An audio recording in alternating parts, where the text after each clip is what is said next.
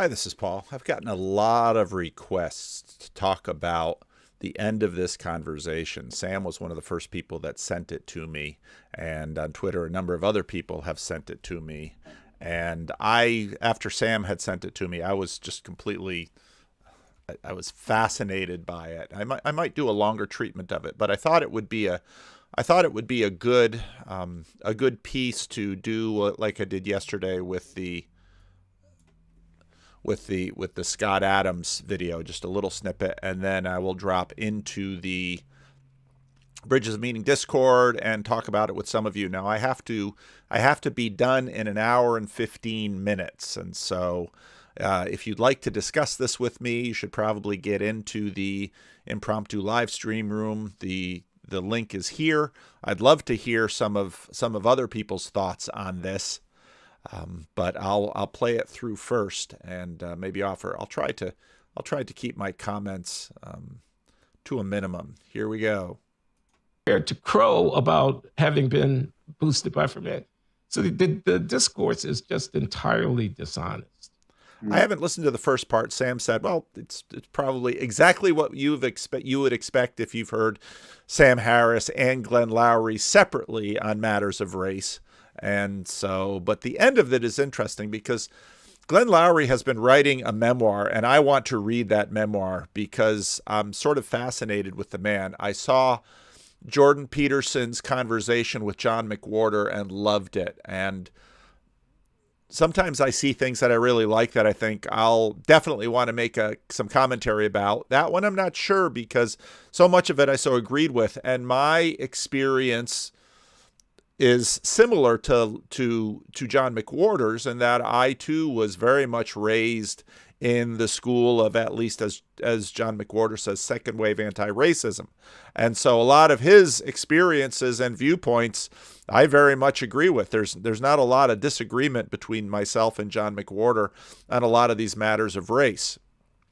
And I did think it got quite interesting because maybe I will do commentary on it at some point because Peterson really explored with him. Okay, why is this a religion? And you can sort of get at John McWhorter's views of religion. But now McWhorter has always sort of lived within Blue Church. And Glenn Loury, as he says towards the end of it, had a lot of experience in the black church, and he had a Christian conversion and joined a black Pentecostal church and found it transformed his life. But then the death of a young woman and the way that the church responded to the death of that young woman really brought another crisis of faith for him, and he left the faith. But he's still so clearly haunted by it. And so then he asked Sam Harris about God, and I found Sam Harris's response fascinating because, again, I think modernity is receding, and you even see Sam Harris now sort of groping for a religion that won't embarrass him. I mean, he practically goes there. Around these issues, I think. Can we talk about God for a minute? Is belief in God irrational? Well, it depends what you mean by God. I mean, there's something. Sam has a good mic here. He's probably working from the mics in the ear thing, so there's no excuse for the sound being this horrible. You could mean by that, which I think is entirely rational. But if you're talking about a personal God, a sectarian God, the God of Abraham as opposed to some other God, and maybe some specific construal of the God of Abraham, and anything else is anathema and likely to send a person to hell. I mean, once you start adding layers of doctrine onto the claim, then I think it becomes irrational and untenable. And I think we've lost the right to our provincialism on that front. I just think we know too much about the world. We know too much about how these books came into our possession. We know too much about the merely human origin of the texts that tell us that every word between these covers is inerrant for all time and cannot be edited by human hand. Yeah, this is just your typical Sam Harris reactivity to, but it gets stranger still. We know that we have just too many of these books, each claiming to be the sole word of the creator of the universe. And so therefore, I mean, this is the point that Bertrand Russell made, the comic effect, that just by the sheer numbers of religions that claim to be the no one of them could be true. You know that every believer, even if you are a believer, you have to expect damnation purely on probabilistic grounds. I mean, there's more than 5 of these things. And each claims that everyone else is going to hell. You say a specific tradition which makes very strong claims like Christianity or Judaism or Islam. You don't want to take these texts as infallible or whatever. So that notion of God you would reject on grounds of rationality. But what would the thin version of God that you might think acceptable to a rational contemporary person look like?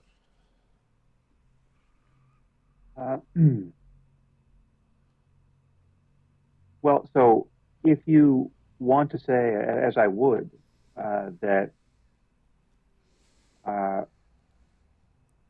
consciousness, that in you which is that makes your being in this world something to consider in the first place, right? The thing that adds value to anything, right? The experiential part of. Now, what's amazing is just how esoteric. So Loury's like, okay, Loury's of course heard all of this kind of stuff before. He says, well, come on, Sam, give me something a little bit more interesting. Tell me, you've already told me what you don't believe in.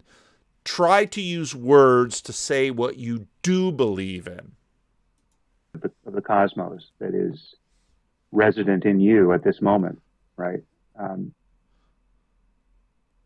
This is something we don't understand. Obviously we haven't explained this yet. We don't know how it's arising and therefore integrated in the physics of things. We don't even, in the end, we don't even know that it is arising on the basis of the physics of things. That's not something we can say about the mind, but I think that is something we can still say about consciousness. So consciousness is a mystery and a miracle, and it's the most important. And now suddenly we're going to be you're going to be just as religious as your fundamentalist pastor right there talking about the Bible thing, right? And I'm not saying, as a matter of science, we shouldn't seek to explain it, but I think there's good reason to wonder whether we will ever explain it, and there's certainly good reason to think that any explanation will in fact not be deflationary. Right. I mean, even if we perfectly explain consciousness in the end, we understand exactly how it's arising on the basis of information processing in complex systems like brains, say, and we know what the necessary and sufficient conditions of it are. It is still the thing that matters, right? It is still the source of all beauty and all moral goodness and all apprehensions of truth, and it can be explored on its own side. It can only be explored on it's own side experientially, in contemplation, in meditation, with psychedelics. It's so funny because he says it can only be explored experientially. Okay, but you're trying to talk about it. You're in some ways you'd be better off being a Far Eastern guru that would say, it would be futile to attempt to express the ineffable. Any attempt at expressing the ineffable is effed. That's all you would say. And then maybe hand him some DMT and say, it must be seen. Have the red pill. The good stuff of life is on the first person side, right? The experience. Hold on a minute. I just want to. I don't want to get lost here. Sure. What is consciousness now? I mean, literally, is it self-awareness? When does the complex system which is our brain. It's the fact that the lights are on at all, right? So self-awareness is an added. I think he wanted a scientific word. It's and basically what he gets here is the Motel 6 of religion. Capacity within consciousness, but it's the fact that there's something that is like to be you in this moment. It's the fact that it's the fact that the lights are on, that there's a qualitative character to experience. And there's not, it need not have been the case, right? Given what we think we know at this moment about the brain, it seems that not every aspect. The amazing thing is that this guy has spent a career out of debunking religion. Now, basically, as he said to Jordan Peterson, spends all his time making an app so that people can engage in the non-religion that he is sort of failing at describing beyond, we'll keep the lights on for you. Aspect of our minds have this character, right? That the brain is doing a lot that does not seem to be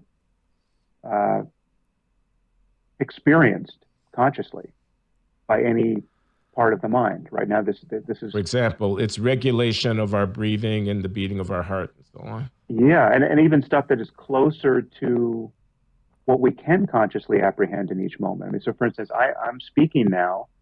I can't consciously inspect how I'm following the rules of English grammar insofar as I'm able to do that. And I can't consciously inspect my failures to do that. I'm just witnessing this product of unconscious information processing. I don't know how I get to the end of the sentence, right? And when I fail to get to the end of the sentence... But that you have a sense of you... Excuse me again. Yeah. You're speaking, but you're not, as it were, aware of exactly how it is that your brain is causing you to speak, but you're doing it nonetheless. But there's a you who is aware of the fact that this is happening somehow, and that's the mysterious dimension of being. The lights are on that you're referring to. Again, this is a question. Yeah, but I wouldn't put it. I wouldn't. A lot turns on what you mean by you there, because I do think the self, as it is generally perceived, is an illusion, right? And I think self-transcendence is the actual core of our religious concerns, right? It's the experiential core. It's what made Jesus Jesus, right? If Jesus, I don't know, I don't know who the historical Jesus actually was, but assuming, and it's amazing to me that he pulls Jesus into this, because it's what made Jesus Jesus. He existed more or less as described in the Bible. And the same with Buddha and any other matriarch or patriarch of our great religions. How about L. Ron Hubbard? Did he have that thing too? The aspect of human experience that they were testifying to that made them interesting enough to gather around and form religions. The aspect of human experience that he testified to. And it's like, Sam, did you ever read the Gospels? Is that what we're talking about? Because as fascinating as Jesus was, he at least was in some ways understood. This upon relates to qualities like self-transcendence and unconditional love, and they have the far end of the distribution of positive human psychology, which is all too rarely experienced by us, but still experienced by millions and millions of people, if only in moments. And there are ways to experience it more and more, right? And this is the valid ground. Now, what's also amazing here is that so much of his critique against religion is morality-based, and there's zero morality in there. And so morality is sort of set aside from religion. I mean, Schleiermacher comes to mind, and maybe I'll have to return to this and use. I caught someone sent me a really good video on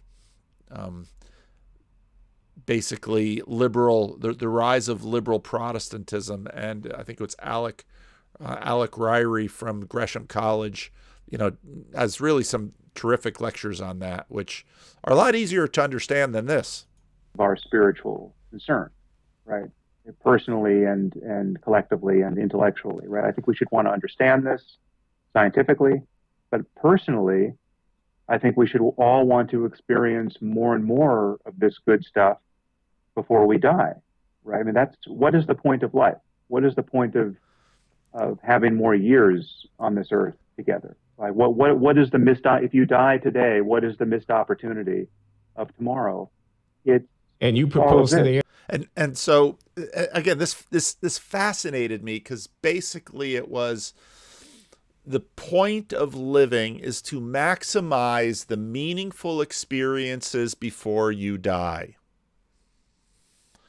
This is completely disconnected from morality. It sounds completely selfish and, in a strange way, hedonistic, unless, of course, your hedonism seems to bother your guilty conscience, because then your guilty conscience would get in the way of these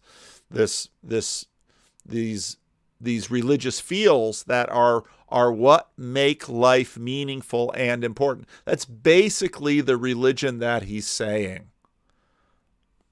So that's God. And, in a weird way, he's sort of saying, seek God, but God is, of course, defined as some sort of pleasurable, meaningful experiences that make life work. So, yeah, I guess he's saying seek God. Now Loury isn't going to have it, which is, I do want them to talk again. And here's the thing about Glenn Loury. I love listening to Loury talk, because Loury will tell you what he thinks. He is now at an age when he will tell you what he thinks, and he will be honest. And I know I have some friends that they're not quite Loury's age, but they have a lot in common. They're not conservatives like he is. They're progressives, but they're like Loury in that he will just say it with authority. The answer to that question is experience. Tomorrow, and you propose that the answer to that question is experience. The experience of love and self-transcendence and the depth of your being in So basically, again, and this is where I go. So it's Soma in Brave New World. So give me a comfy bed and a catheter and a feeding tube and an oculus and if you can just, because myself, I mean, if you listen, I've listened to some of his meditation stuff. So the answer to any problem is the elimination of the self, because the self is the locus of the problem. So if you can get rid of the self, then you get rid of the problem. So let me lie in that bed with my oculus and my catheter and my feeding tube and my drip, so I can have experience. And of course, the irony is that right outside my door here, there are men who are, the women don't last long, but there are men who are, in a sense, living the dream. Now you might say, well, that's not, no, they're living for the experience, and the experience that they're having by what they're putting in their body, and nothing else matters. But we don't look at them and say, oh, wow, look at the junkie and their religious experience. That's what life is all about. We should all be like them. No, we don't live that way at all. And we shouldn't. Cosmos is illuminated where you stand, right? It is what it's like to be you, and what it's potentially like to be you when you really get your head screwed on straight. No, I think you're right, Chad, that he is being honest. But he hasn't thought it through. This is basically Peterson's critique. He hasn't thought it through, and he hasn't really devoted himself to others who have thought it through.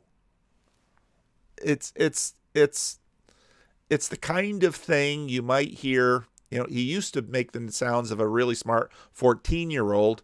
Now he makes the sounds of a really smart 21-year-old. I don't think his maturity index is going to catch up to his biological age unless there is a conversion, and don't count that out. Right? When you're no You think longer... self-transcendence is an illusion? I really am trying to understand. No, self-transcendence is real. The self that is transcended is an illusion. Yeah, I mean, the self is generally the cramped self of otherwise known as the ego, right? The petty self, the fearful self, the self that feels confined in each and reducible to, in each moment, the stream of discursive thought, right? That the voice in your head that feels like you. And this, of course, is what his meditation app is designed to first contain and then potentially eliminate, I suppose. You in each moment. That is what is to be penetrated by any valid form of spiritual inquiry, right? I mean, when you're talking about, and this is back to your question about God and the validity. It's so funny because we start out with dogma. The problem is dogma, but he also then says, no, here's my dogma. Here is the valid form of spiritual inquiry, not this, but that, which is exactly what every dogma is. Of religion. The baby in the bathwater that we should not want to throw out is this range of positive human experience that is what... Once you can differentiate baby from bathwater, you will have a dogma. It is this range of positive human experience that is what it is the experiential fact around which every religion is crystallized, right? It's why we have religion in the first place. The reason why you have a Jesus, right, who was so charismatic as to get people to make, vast sacrifices. But he surely didn't claim to be what Christians believe he claimed to be. To live by the lights of his message. And the way you have... I'm just fascinated by this, by the positive Jesus talk. To live by the lights of his message. Where would we find? Where would we get the information about the lights of his message?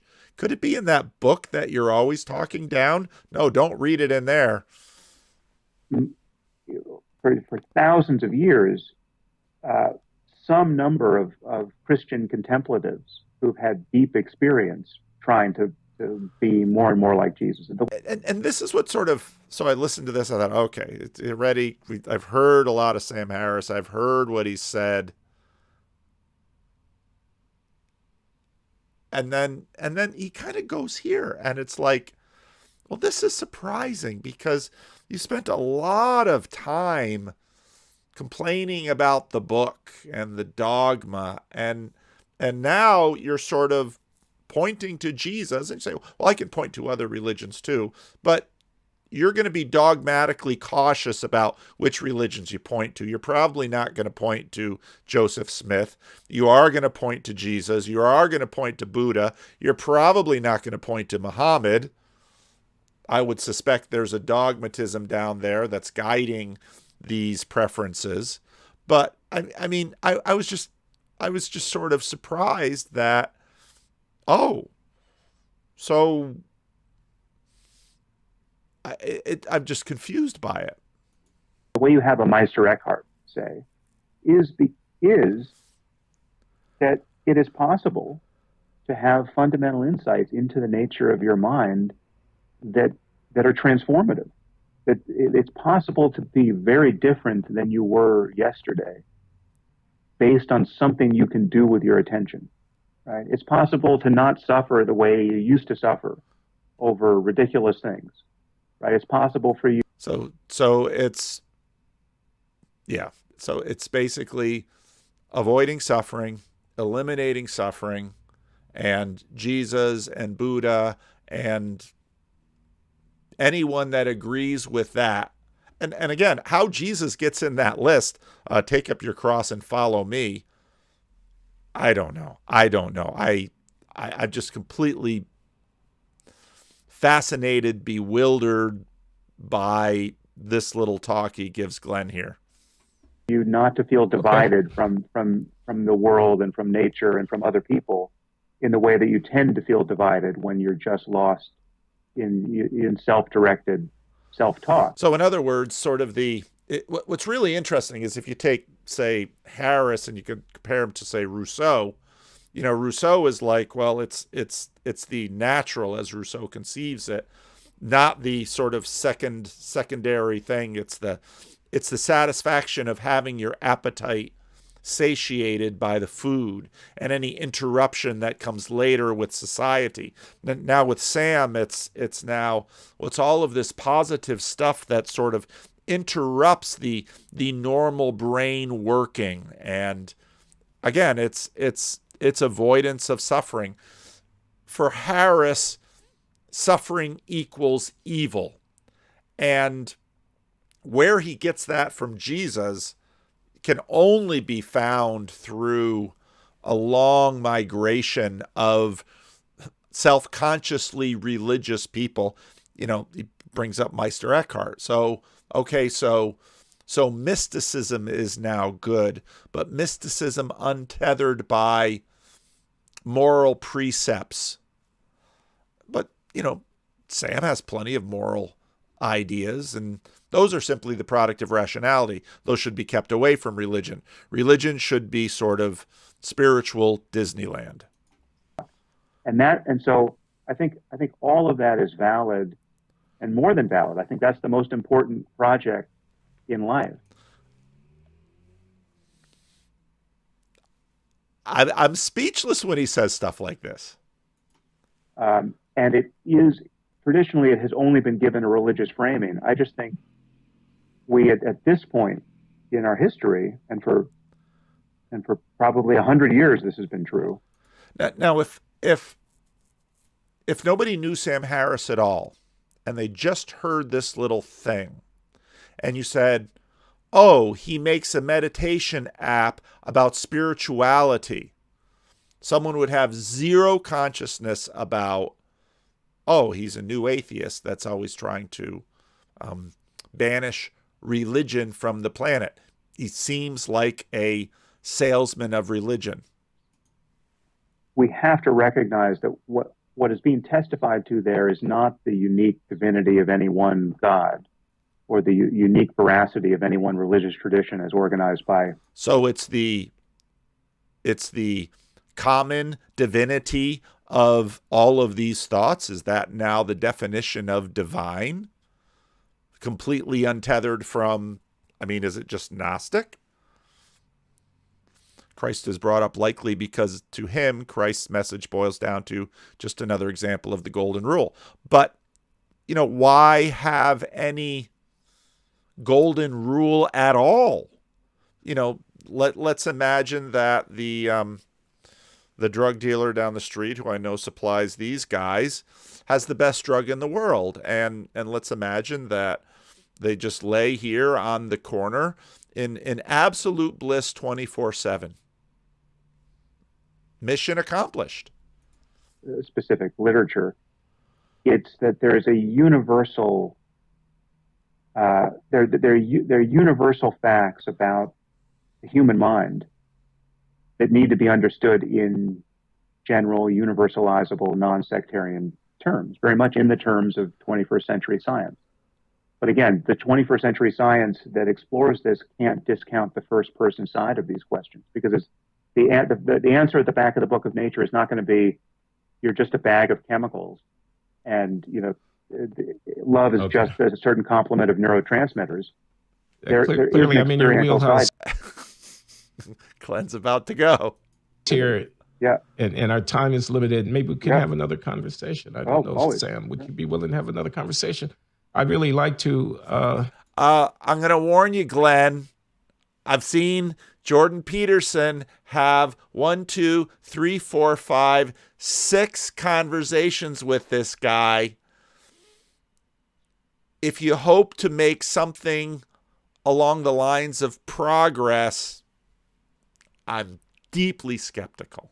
And by progress, I mean intelligibility, or something like a give and take conversation. I mean, here I am, a lapsed Christian who was baptized at the age of 40, who was deeply immersed in an African American, charismatic, uh, fundamentalist congregation. I mean, not cultish, but very traditionally religious. And and I have thrown all that over, but I still found meaning in the prayer, the ritual, the community, the practices. In other words, everything, Sam, that you said should be banished from the earth, I received. What you have just said is the most meaningful thing in the world. In other words, it's like saying you should have all the highs that drugs can offer, but I'm totally against drugs. But you've done it in a way that creates a life which is something that I far more respect than a junkie lying next to a church. Of that faith, that meaning felt very real to me, and it was outside of myself. It wasn't just experiential. It wasn't only about my mind. It was somehow being a part of a flow, being integrated into a web of mutually believing people. There was a community. There was. In other words, it wasn't just between my ears, it was between us. And it had ethics, and it had beauty, and it had dance, and it had life, and it produced something. It produced generosity to the people living on the streets, and it produced care for those who were suffering in their homes in tangible physical ways. And it did all of those things. And again, I find Glenn Loury's story so compelling, and I really, if he talks to Sam Harris again, I want to hear Glenn talk. I mean, most of the Sam Harris stuff, I don't know. Maybe they can help each other. Something, as I say, meaningful there. And I don't see any room for that at all in the vision that you just sketched. Well, no. Wow. And that's what I love about Loury. Loury will tell you exactly what he thinks. People, there was a community. There was something, as I say, meaningful there. And I don't see any room for that at all in the vision that you just sketched. Well, no. There's definitely room, but you're asking to add to the baby in the bathwater the variable of community and organizing beliefs and ritual. And the dude has made a name for himself for calling out belief and ritual. And now, well, oh yeah, those things should be added too. But what we don't want is belief and ritual. I mean, that's why talking to him just never goes anywhere. It's always seems the same. I would grant you that all of that is very powerful and for many people necessary. And I think we suffer a deficit of it in secular society, right? But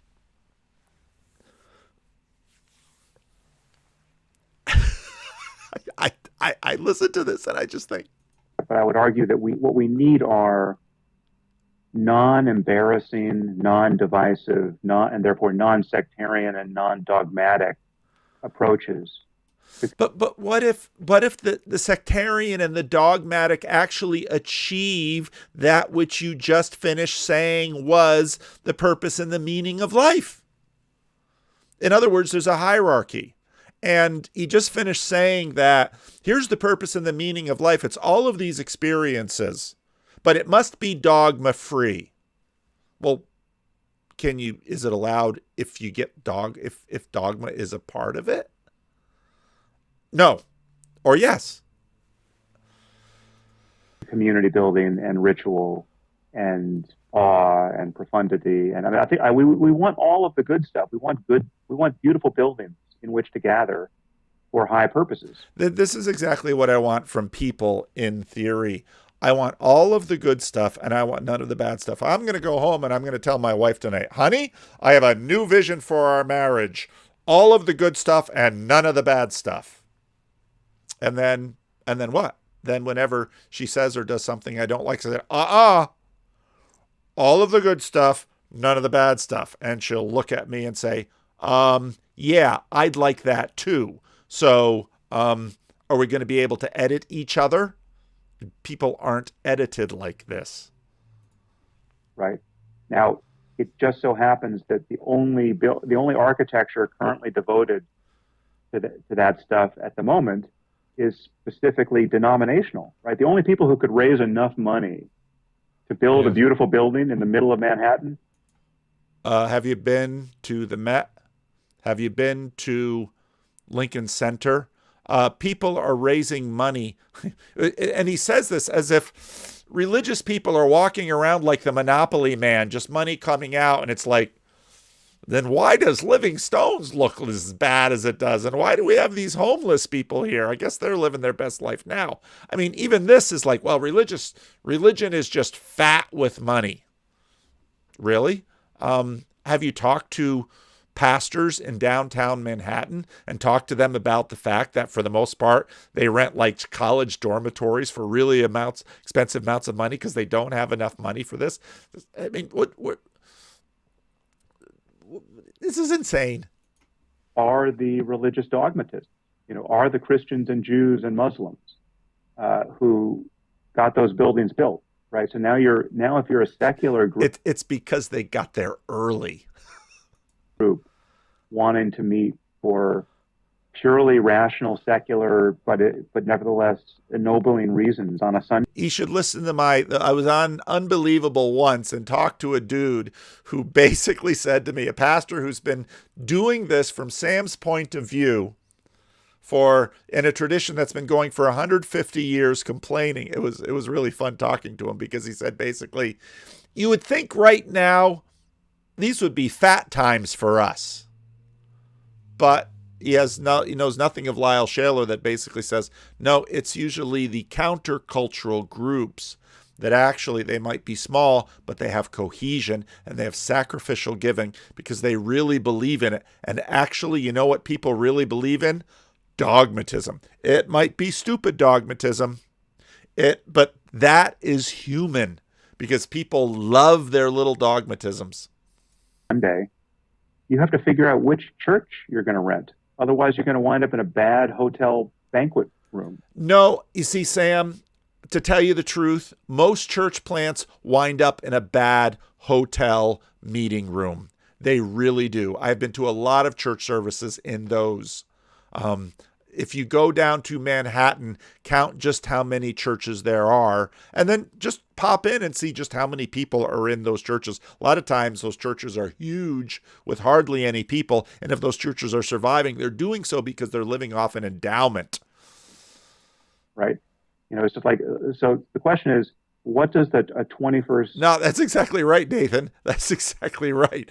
He grew large and popular because of his dogmatism against other dogmatisms. And truth is, on YouTube, nothing sells better than being dogmatic against someone else's dogmatism. Dogmatism works. We love it as human beings. It's like catnip. Century temple of wisdom look like?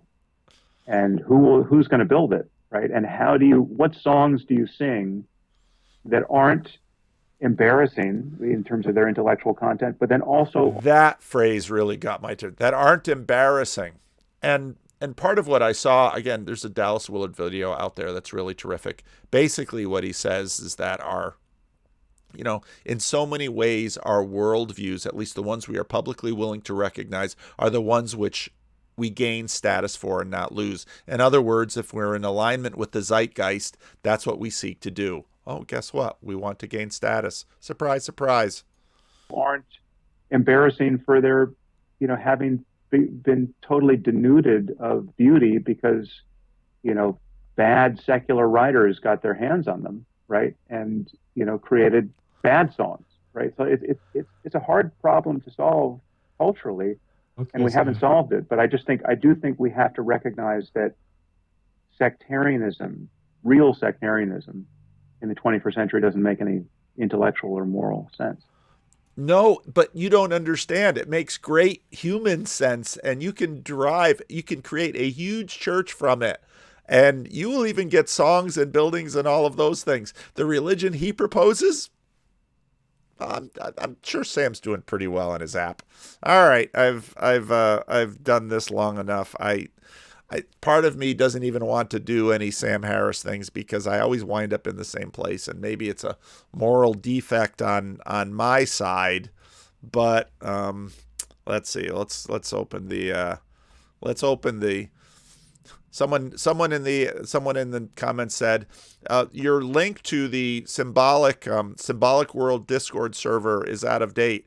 It's like it's not only out of date, it's non-existent because this is the Bridges of Meaning Discord server. So let's see. Let's go into that. Where's that little room? Anybody in there? Nobody's in there yet. Holy cow.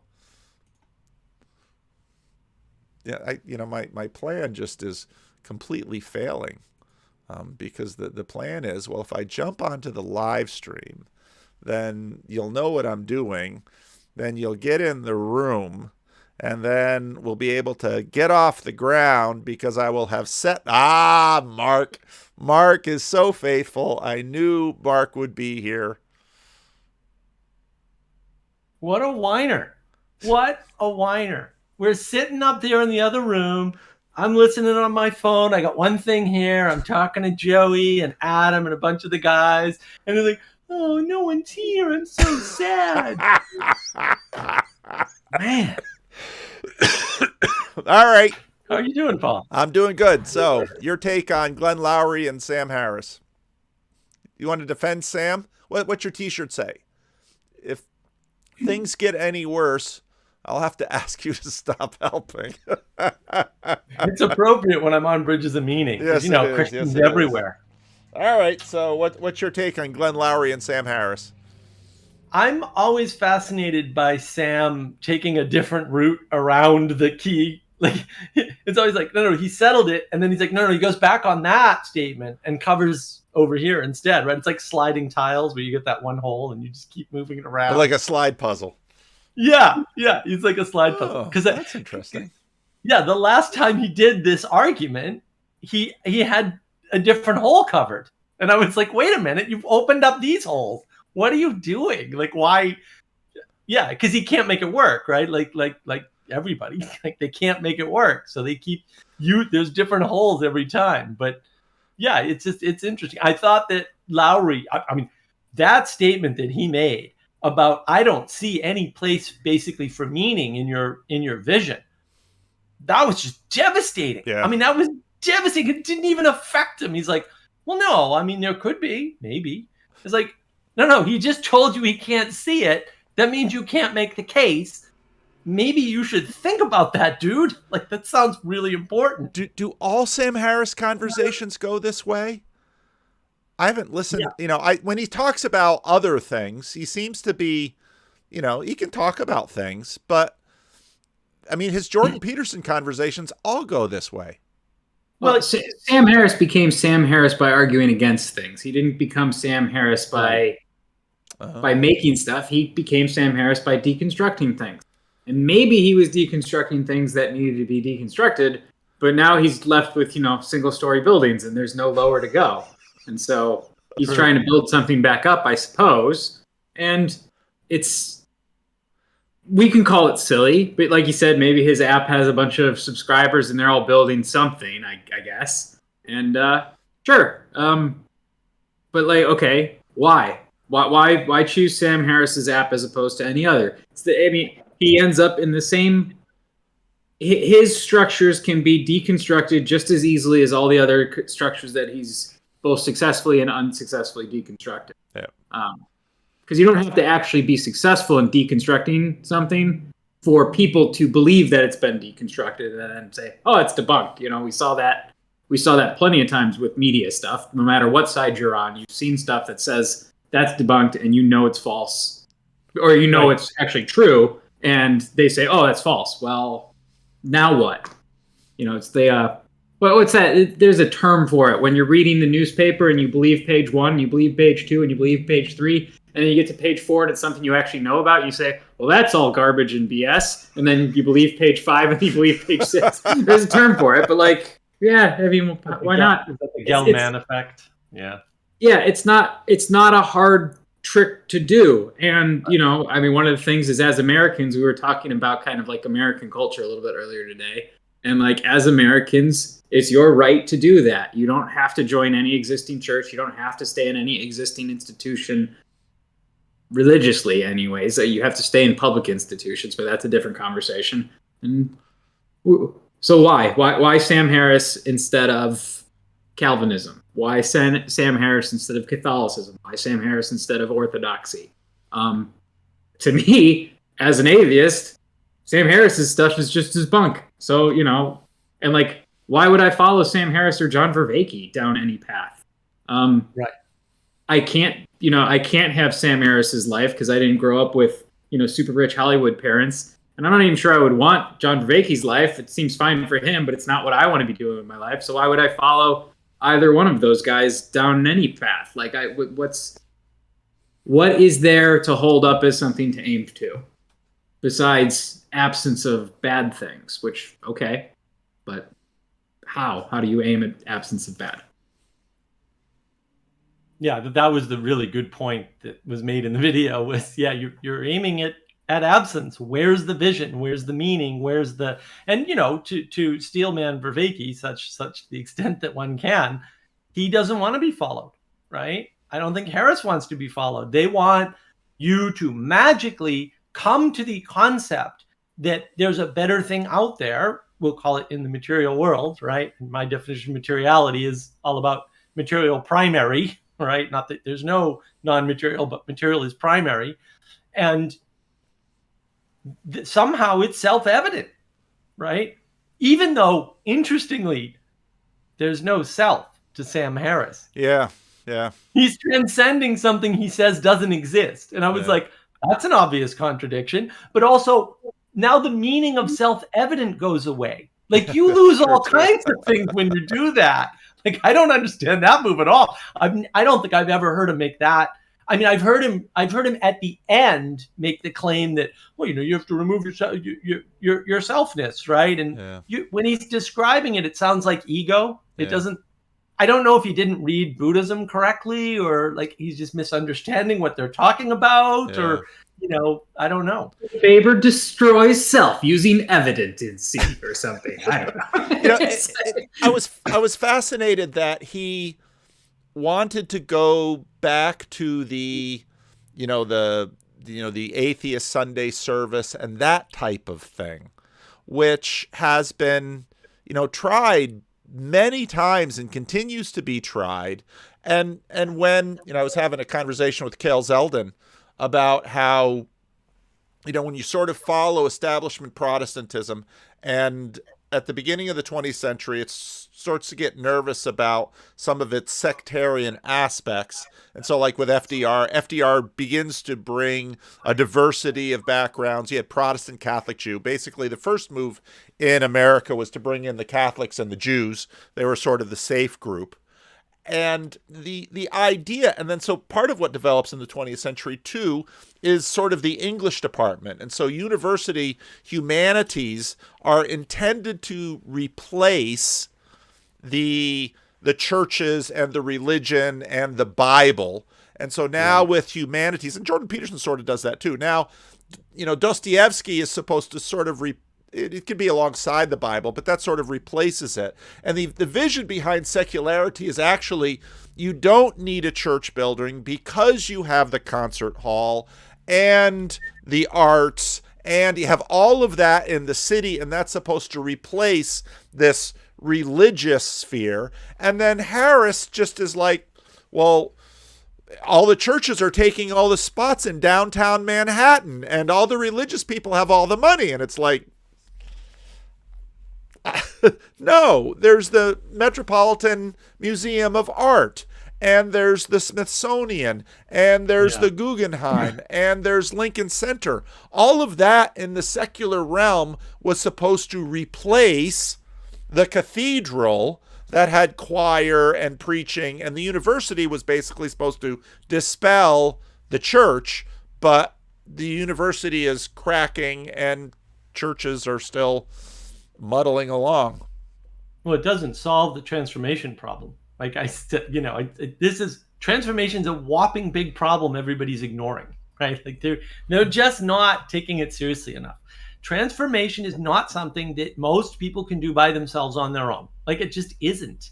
And it's in every single wisdom tradition ever written down that I'm aware of, right? Like don't do this by yourself, right? Not nobody ever, but unless you're the Buddha. And then if you think you are the Buddha, you actually go off into a cave with nothing. So you're not on the internet talking about it, guy.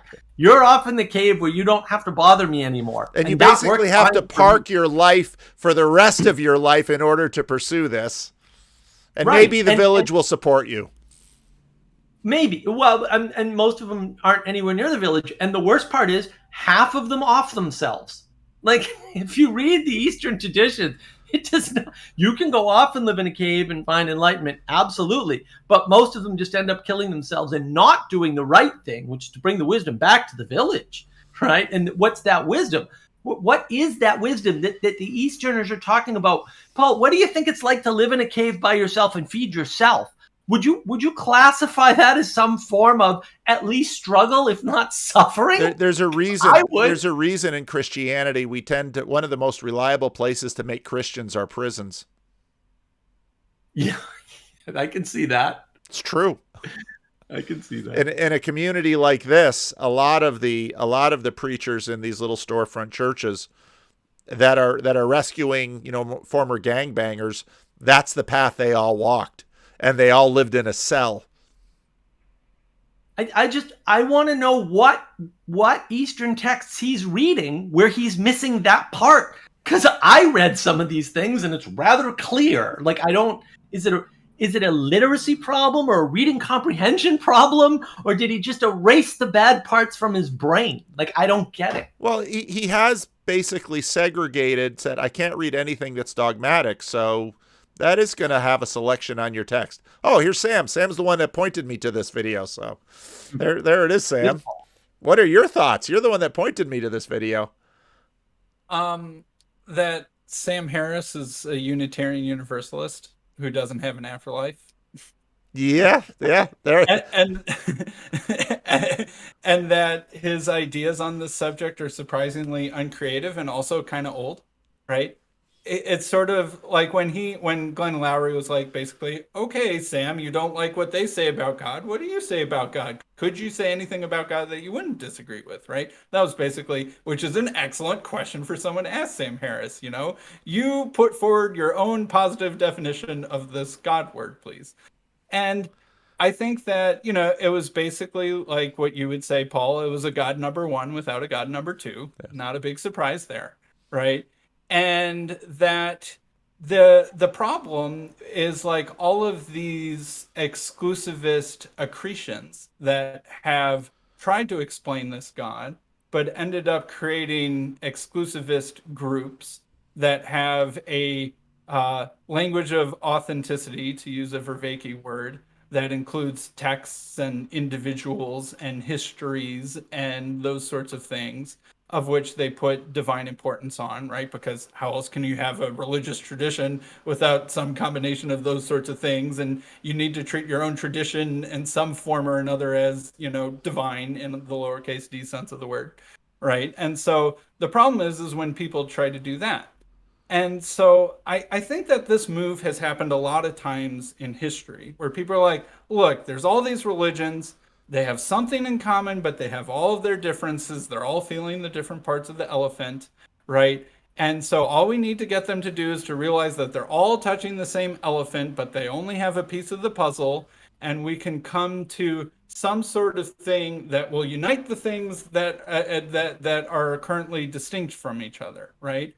But basically, every time that happens, it creates a new thing. it creates a new elephant grasper, right? That has It's then the same thing with coding languages that try to combine all the other coding languages. Yep. yeah. Yep.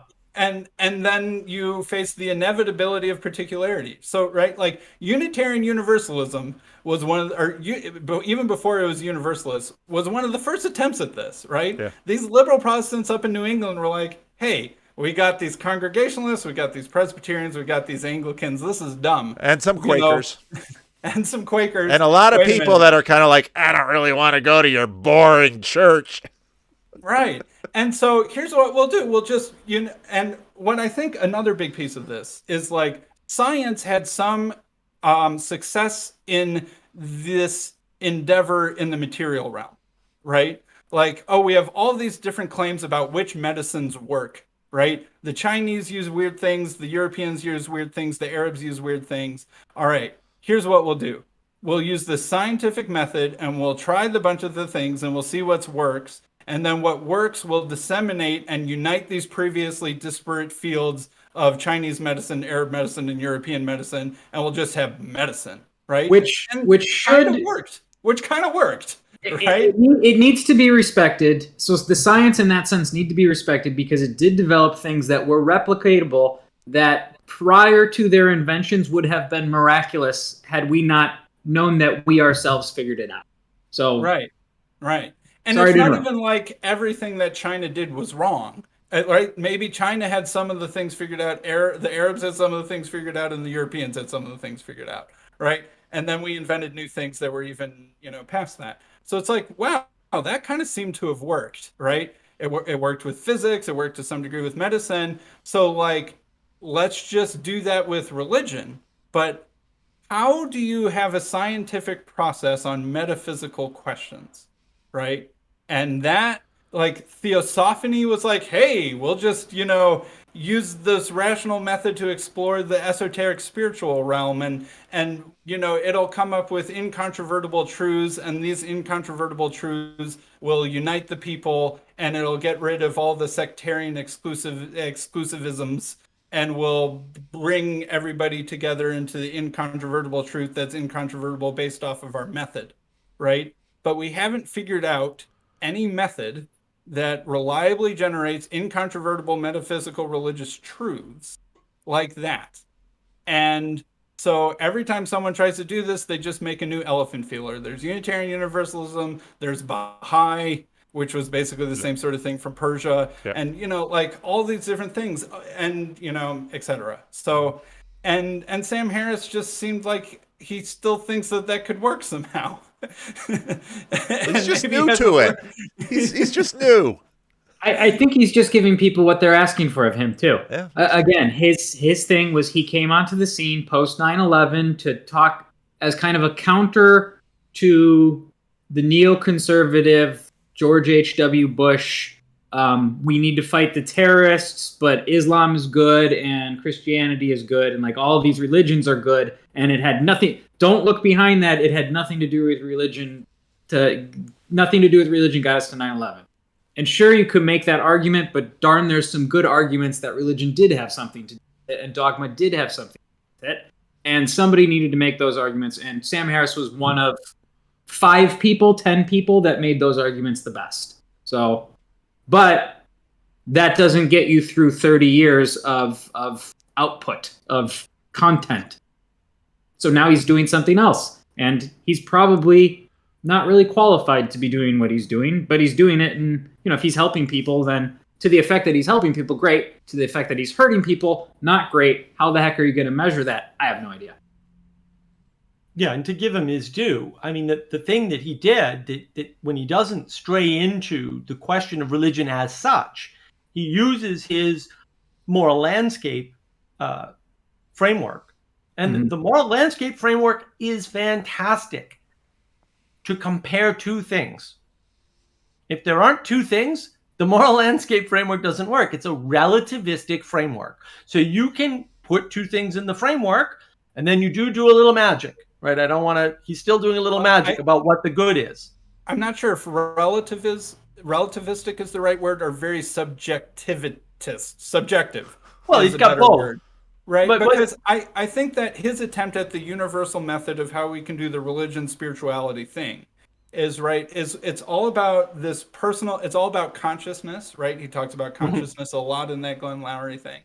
And it's Yeah. all about trying to like maximize conscious well-being, right? Those are, I think, his Right. phrases. And so we just explore around in this spiritual landscape, and you tell me how you're doing over there, I tell you how I'm doing over here, and I do these personal experiences that are trying to go up the goodness of conscious religious experience, and if I go down, then that's the wrong direction.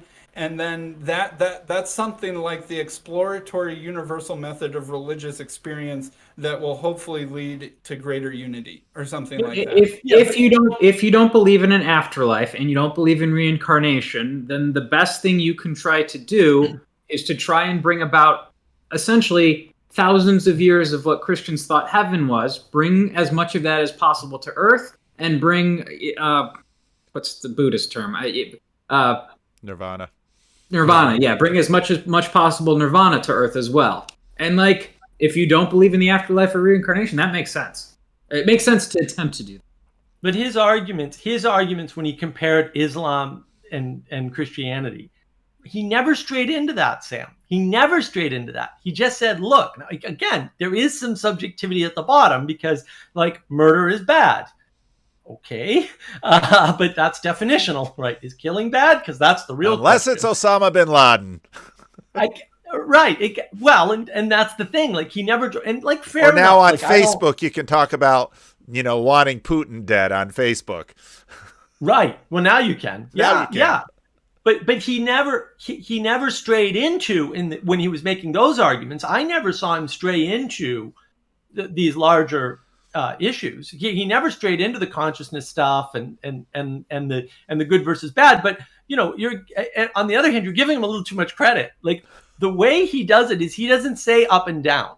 He says, imagine the worst possible pain and suffering, and he says, go in the opposite direction, and that's it. Yeah. And it's like, that's ridiculous. That's an absurd way to get at the good. That's right. The homeless junkie is an upgrade.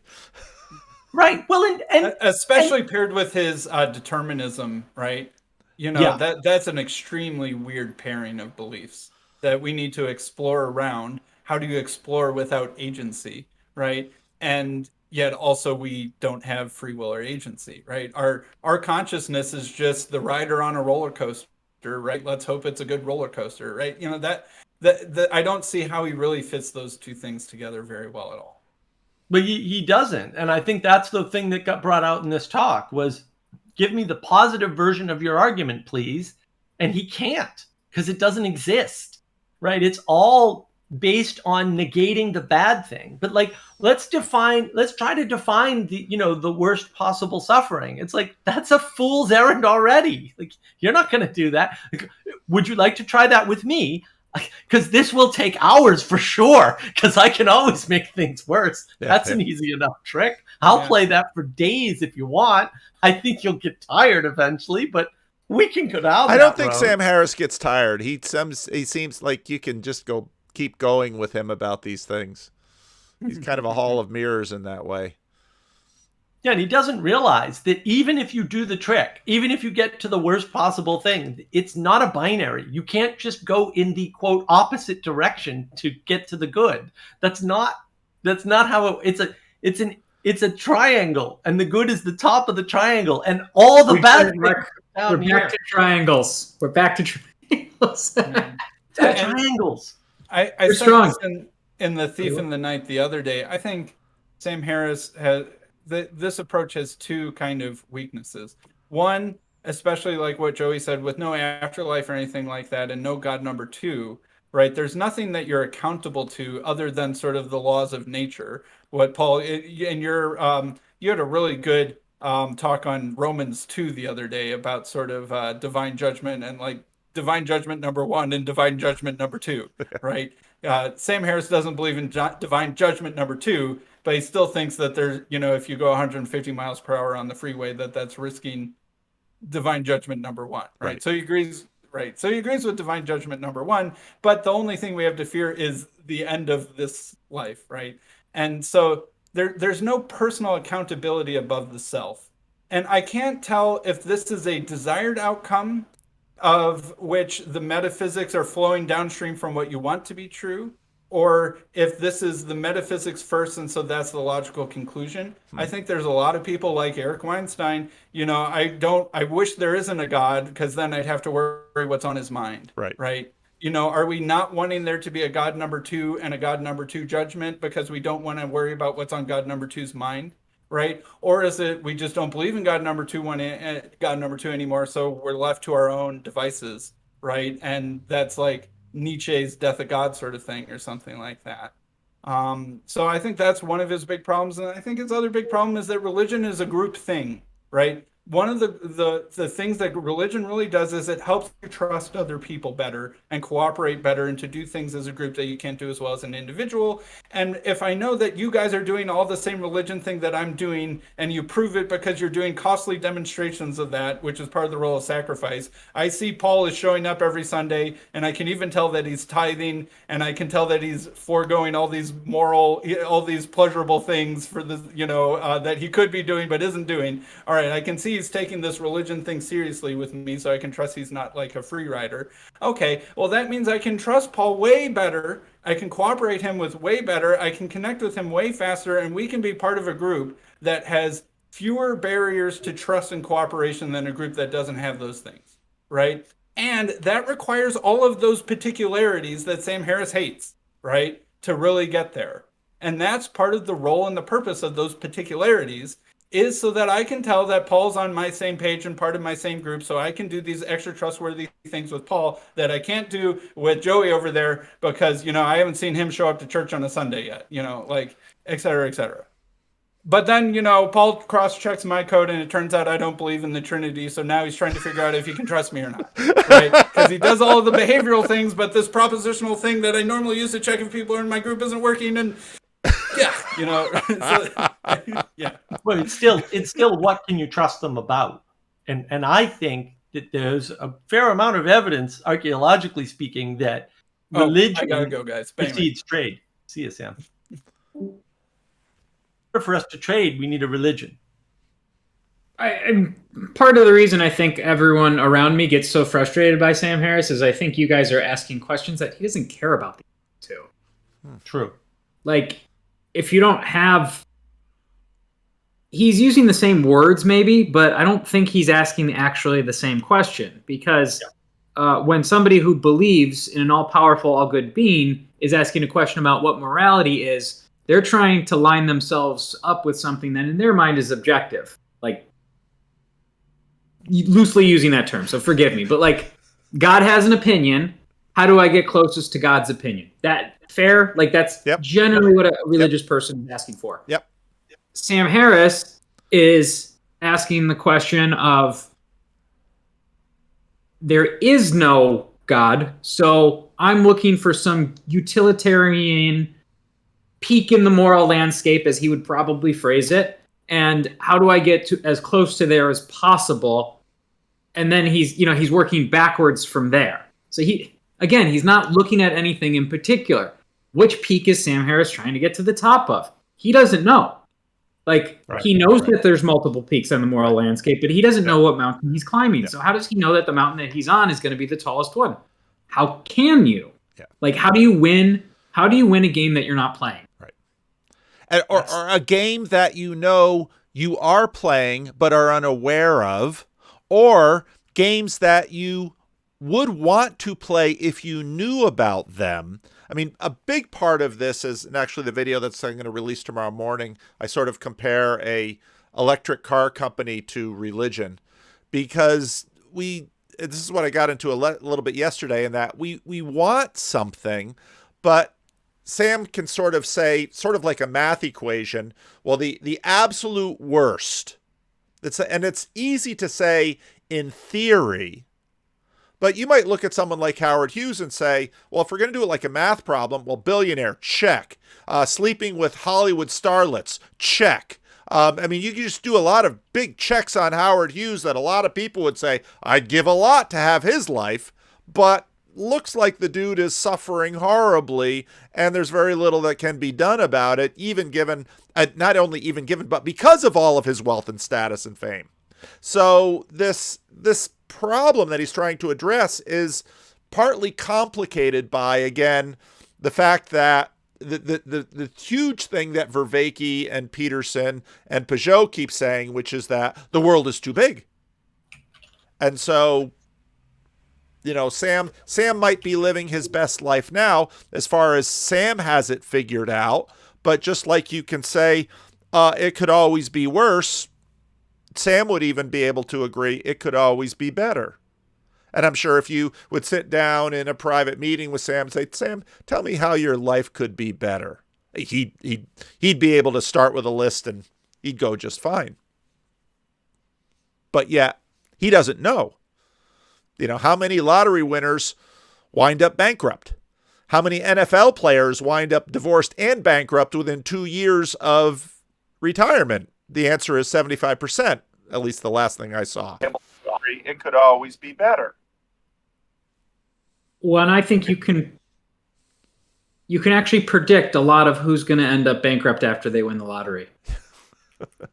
Like there's factors that lead into it. Yep. There's behaviors that lead into it. And so what makes somebody not go bankrupt after they win the lottery? Well, they had some kind of structure in their life and their upbringing and their culture and their genetics that probably all work together to say that if you're the type of person that wins $40 million, in 10 years, you'll have $35 million or more. And then there's some people that say if you're the type of person that wins $40 million, in 10 years, you'll have negative $5 million. Like, those are real things. You can't get around it. Yep. So Sanjay in the chat brought up what I had said about Sam Harris not having a moral hierarchy to point to. He said that the same things can be said of Jordan Peterson. And here's why I think that's not true. Is because Jordan Peterson doesn't try to destroy the structure that he knows that he's a branch coming off of. Mm-hmm. Sam Harris denies that the tree of Christianity exists and wants to go back to ground level and grow a brand new tree. But he's got probably a Festivus pole. Jordan Peterson realizes that there's a tree already and he's on a branch of it and he doesn't know how high or how low he is, but he wants to make a healthy branch that bears fruit. Let's, to keep going with the analogy. When you have respect for long-standing institutions that still exist, that have permeated through time, you're probably able to do more of the things Sam Harris wishes he could do by working from the base and going outwards. Logic doesn't have any inherent utilitarian superiority to illogic beliefs because it's not this. That's not what you're measuring with utility. Like, utility doesn't measure, oh, well, that's practical. Like, love's not practical. A lot of the things human beings do with their children that other animals don't do with their children is not practical. Sacrificing yourself to save your child's not practical. Maybe in a Darwinian sense. Like, there's so many layers to all this stuff. So we know that institutions like churches and Christianity specifically have utility in Western society. You all know that I'm not a believer, but it's probably one of the things that's holding up society, and Jordan Peterson understands that we shouldn't remove that pillar because the whole structure could come crashing down. Sam Harris doesn't know that. That's the danger of Sam Harris. He thinks he can rebuild that pillar. I have my doubts. Vervaeke, same thing. He thinks he can rebuild that pillar. I have my doubts. And sure, the pillar's not perfect. That's dogma. That's all the little scratches and skiffs and graffiti along the way. But, like, it's there and it's holding stuff up. Don't mess with it. Well, don't mess with it too much. Yeah, change it slowly. But I mean, also to be fair to that point, I don't think when John Vervaeke is talking about the good, or even Jordan Peterson, that they're talking about the same good that a Christian is talking about. I just don't think so. And it's little things like 2.5 minutes to answer is being good. that should take seconds. Like, this is one of the things I really like about Christians, will say, who aren't terribly into the intellectualism and well-read, is that I can ask them a moral question and I get an immediate moral answer, just like that. I don't care if it's right or wrong. Like, they don't have to think about it. That's actually really important, because when you need to do something in the world, it turns out that not taking 2.5 minutes to figure out the answer that's going to lead you to the action happens to be really handy from an evolutionary perspective. And it's just, they've lost all that. They're not getting it. Like, you should be able to tell me, for a given set of circumstances, whether or not somebody needs to be hit, for example, or I need to take an action, to protect somebody, or I need to defend myself because it's appropriate, because sometimes it's not appropriate to defend yourself because you did something wrong, right? Like, there's all of these ways in which the religious people are very able to answer these questions fairly quickly and with what sound like reasonable answers, and they're not right all the time, but at least they're not sitting there stewing on it and calling on Aristotle and contrasting that with Nietzsche to kind of come up with an answer that might lead them to an action or a reaction that they needed to make at the beginning. Like, yeah, makes sense. Well, guys, I've got to bug out. So sorry to the three new guys. But those of you who are watching who want to continue, you showed up late. You made Mark and I do all the heavy lifting. That's but all I know is. Go ahead, Eric. All I know is that Mark was calling me out personally about being indecisive and just waffling on stuff. So I felt like I had to make an appearance. And great to see you, Richard and Weston. And again, anybody who's watching this on the live stream, I'm going to end the live stream. But if you want to join in this conversation and talk to these really awesome people, just drop into the Bridges of Meaning Discord server, and there's always lots of conversation going on. So we'll see you guys later. See you, Paul. Thank you. Bye-bye. Later, Paul.